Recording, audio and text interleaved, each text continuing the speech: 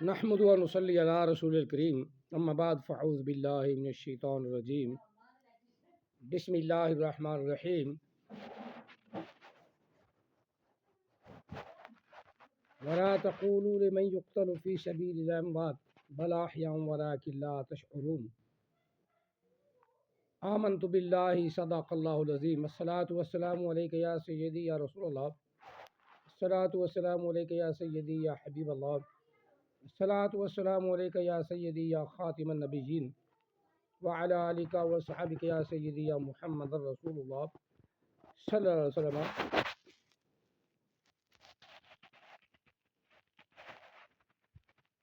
میں نے قرآن مجید فرقان حمید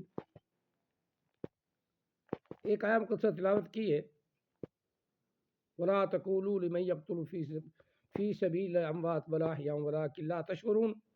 اسی طرح دوسری آیت مقدسہ ہے، وَلَا تَقُولُوا لِمَن يُقْتَلُ فِي سَبِيلِ اللَّهِ أَمْوَاتٌ بَلْ أَحْيَاءٌ عِندَ رَبِّهِمْ يُرْزَقُونَ۔ چوتھے پارے سے، یہ دوسرے پارے سے پہلی آیت، دونوں آیات مقدسات ہیں کہ جو اللہ کے راستے میں قتل ہو جائے یا مر جائیں تو تم ان لوگوں کو مردہ نہ کہو، بلکہ وہ زندہ ہیں، ان کی زندگی کا تم شعور نہیں رکھتے۔ اسی طرح چوتھے پارے والی آیت مقدسہ ہے، اس میں ہے کہ جو اللہ کے راستے میں شہید ہو جائیں، قتل ہو جائیں، تم انہیں مردہ نہ کہو بلکہ وہ زندہ ہیں اور اپنے رب کے پاس رزق بھی کھاتے ہیں۔ دونوں صورتوں میں مختلف اللہ تعالیٰ نے شہداء کی کیٹیگری بتائی ہیں، اور ساتھ ہی فرمایا کہ تم لوگ ان کی زندگی کا شعور نہیں رکھتے، وہ تو اللہ جانتا ہے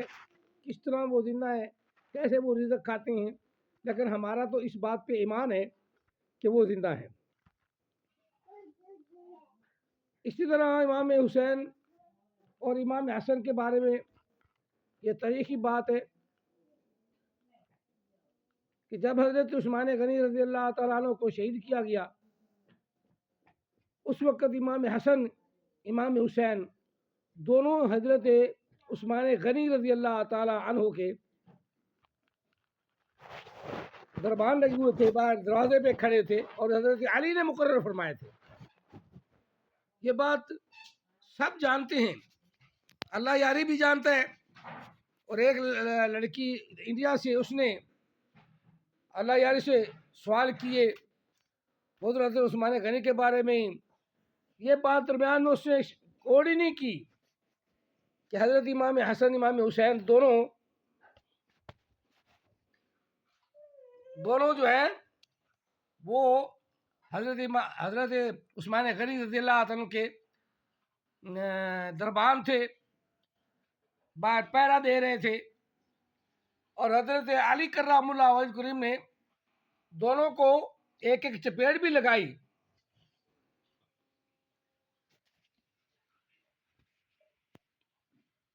ایک ایک چپیڑ بھی لگائی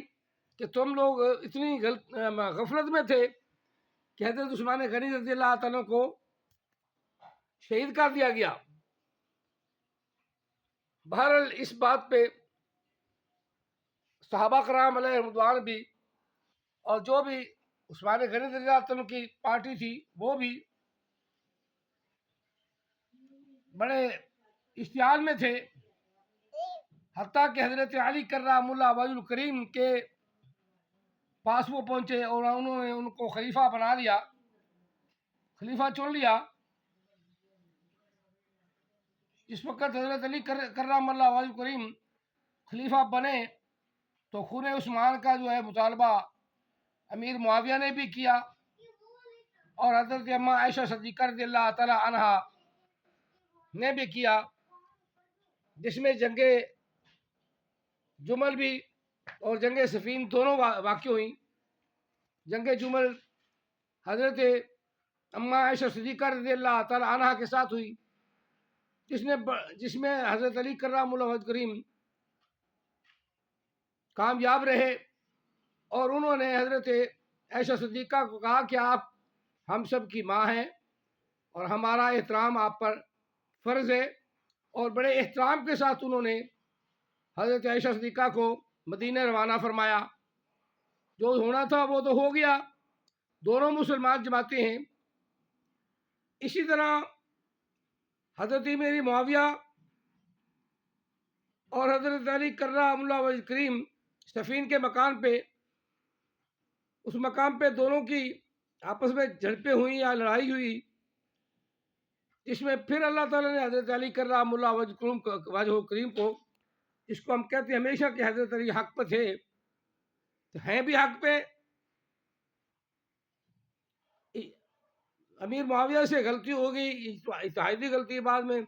صلح صفائی ہو گئی، وہ اپنا شام چل کے گورنر رہے نہ، حضرت علی نے ان کو معزول فرمایا، 4 سال آپ نے حکومت فرمائی، 4.5 سال آپ نے حکومت فرمائی۔ پھر امام حسن رضی اللہ تعالی عنہ وہ تشریف لائے 6 مہینے کے لیے، اور امیر معاویہ کے حق میں صلح فرما دی۔ بخاری کی حدیث ہے، آقا علیہ الصلوۃ والتسلیم حضرت امام حسن رضی اللہ تعالیٰ عنہ کو جب وہ مسجد میں داخل ہوئے نا، گرتے پڑتے، تو اٹھا کر نبی علیہ السلام اپنا ممبر سے اتر کر امام حسن کو اٹھا کر اپنے پاس لے گئے، اور حضرت امام حسن کے کمر مبارک پر اپنا ہاتھ مبارک رکھا، اور صحابہ سے فرمایا کہ اے میرے صحابہ، یہ میرا بیٹا 2 مسلمان جماعتوں میں صلح کرائے گا، 2 مسلمان جماعتوں میں صلح کرائے گا۔ وہ 2 جماعتیں کون سی تھی؟ ایک حضرت امیر معاویہ کی جماعت، اور دوسری جماعت حضرت امام حسن کی رضی اللہ تعالیٰ عنہ علیہ السلام۔ اب دونوں کی آپس میں جب لڑائی جھگڑا ہوا، تو حضرت امام حسن رضی اللہ تعالیٰ عنہ نے امیر معاویہ کے حق میں اپنا صلح نامہ لکھ کے دے دیا۔ انہوں نے بھی کچھ قواعد جو ہے تشکیل دیے، امام حسن کے پاس اپنا کاغذ بھیجا، فرمایا اپنی جتنی بھی جو آپ کی ڈیمانڈ ہیں وہ اس پہ لکھ دو، ہم آپ کی پوری کر دیں گے۔ انہوں نے لکھ کے دے دیا۔ اب بات یہ بخاری کی حدیث پاک ہے کہ حضرت امام حسن اور حضرت امیر معاویہ دونوں جماعتیں مسلمان تھیں، لڑائی جھگڑا ہو گیا، جنگ صفین ہو گئی، جنگ جمل ہو گئی، سب کچھ ہو گیا۔ نبی علیہ السلام اب فرما رہے ہیں، یعنی آپ کی جوانی اور لڑک پن سے گزر کے، بلکہ جوانی کے حدود گزر چکے ہیں۔ سن 61-62 کی بات ہے، بلکہ 61-62 میں جدید آ گیا تھا، اس سے پہلے 58-59 کی بات، جب امام حسن رضی اللہ تعالی عنہ نے، امام حسن علیہ السلام نے امیر معاویہ کے حق میں اپنا بیان لکھ کے دے دیا کہ وہ پورے اسلامی مملکت کے امیر ہوں گے۔ اب نبی علیہ السلام کی وہ پیشین گوئی جو کہ آپ کے امام حسن کے بچپن کی تھی، وہ اب ظاہر ہوئی کہ نبی علیہ السلام نے فرمایا کہ 2 مسلمان جماعتوں کے اندر امام حسن صلح کروائیں گے۔ اس بات کو کوئی نہیں سوچتا، حالانکہ حضرت امام حسن امام حسین دونوں ہی دربان ہیں حضرت عثمان غنی رضی اللہ تعالیٰ عنہ کے، دربان ہیں۔ اگر امامت کا ذکر کیا جائے تو وہ بھی میں کئی دفعہ کر بھی چکا ہوں کہ نبی علیہ السلام نے فرمایا کہ ابو بکر کو کہو جا کے نماز پڑھائے، ابو بکر کو کہو جا کے نماز پڑھائے، ابو بکر کو کہو جا کے نماز پڑھائے۔ اس پہ حضرت عائشہ صدیقہ رضی اللہ تعالیٰ عنہ نے تیسری مرتبہ بھی جواب دیا تو آپ نے فرمایا کیا تم یوسف والی ہو؟ اس وقت نبی علیہ السلام نے فرمایا ہے صرف اس لیے کہ تم مجھے روک رہی ہو کہ صدیق اکبر کو میں امام نہ بناؤں۔ اب عائشہ صدیقہ رضی اللہ تعالیٰ خاموش ہو گئی، اور حضرت صدیق اکبر رضی اللہ تعالیٰ جو پہلے امام ہیں ان کو یہ نہیں مانتے۔ نبی علیہ السلام کا مقرر کردہ امام حضرت صدیق اکبر ہیں، اور صدیق اکبر رضی اللہ پہلے امام ہیں، دوسرے امام تو حضرت صدیق اکبر نے مقرر فرمایا نا کہ عمر کو اپنی جگہ پہ چھوڑے، لیکن نبی علیہ السلام نے خود اپنی جگہ پہ جن کو کھڑا فرمایا، جن کی نماز کو ضروری قرار دیا کہ وہ امام بنے، وہ حضرت ابو بکر صدیق ہیں۔ پر یہ بات خصوصی تھی کہ حضرت امام حسن امام حسین حضرت عثمان غنی رضی اللہ عنہ کے دربان تھے، جب ان کو شہید کر دیا گیا تو حضرت علی کرام اللہ وجہ نے اپنے بچوں سے بھی پوچھا، امام حسن امام حسین سے پوچھا، اللہ تعالیٰ ہمیں صحیح حق بیان کرنے کی توفیق عطا فرمائے اور نبی علیہ السلام کی محبت الفت عطا فرمائے۔ اور قرآن پاک پہ، یہ قرآن پاک کو ناقص کہتے ہیں پورا شیعہ برادری، اور اللہ یاری بھی ناقص بھی کہتے ہیں، تو پھر غیر مسلم جو ہے وہ کہیں گے تمہارا قرآن ناقص ہے تو تم مسلمان کا ہے کیوں؟ پہلے اپنا قرآن پاک جو ہے وہ تو پوری اپنا مکمل کرو۔ ہم مکمل نہیں کرتے، نہ کر سکتا ہے۔ جو عثمان غنی رضی اللہ عنہ کے دور میں قرآن پاک کی آیات مقدسات جمع ہو گئی، اکٹھی ہو گئی، پوری دنیا کائنات میں یہی صحیح قرآن پاک ہے، باقی روایات بخاری کی بھی غلط ہیں، مسلم کی بھی غلط ہیں، اور اصول کافی نے کہا کہ یہ قرآن پاک بالکل ہی غلط ہے، کیونکہ 17,000 آیات مقدسات ہیں۔ اصول کافی کی ایک عبارت میں آج بھی ہے کہ اس قرآن پاک کی 6,666 آیات ہیں، یہ بھی جھوٹ مانا ہے اصول کافی نے، یہ بھی جھوٹ لکھا ہے اصول کافی میں، جبکہ قرآن پاک کی آیات مقدسات